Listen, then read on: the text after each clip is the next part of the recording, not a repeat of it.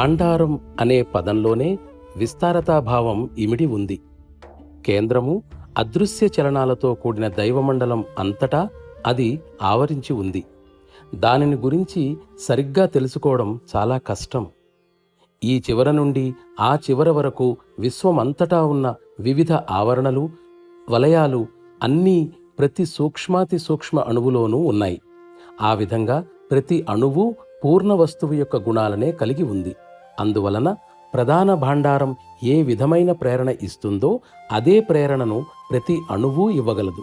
అంత మాత్రం చేత అవే రేణువులు రాయిలో ఉన్నాయి కాబట్టి రాతితో చేసిన విగ్రహం కూడా అదే విధంగా ప్రయోజనకరం అవుతుందని అర్థం కాదు.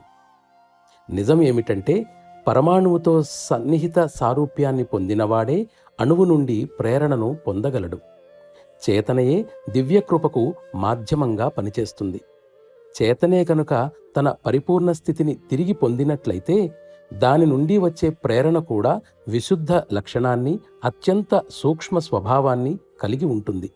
దానిలో విస్తరణ కలిగినప్పుడు సాధకుడి సంకల్పశక్తి లోపల దాగి ఉన్న శక్తి వైపుకు ఇంకా పురోగమిస్తుంది.